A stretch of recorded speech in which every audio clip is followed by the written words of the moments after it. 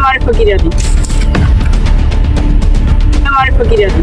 कसो पकीर्यो पर हमें लास्ट में लेनी जोजू आना न होता तो कैसे लास्ट ए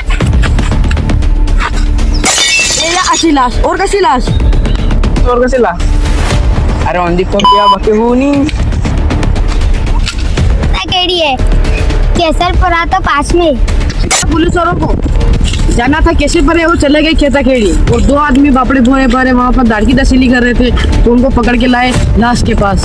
तो देखिए आगे लाश के साथ ये क्या क्या करते हैं, तो मिलते रहिए हमारे इस क्राइम पेट्रोल में, मिलते हैं थोड़ा।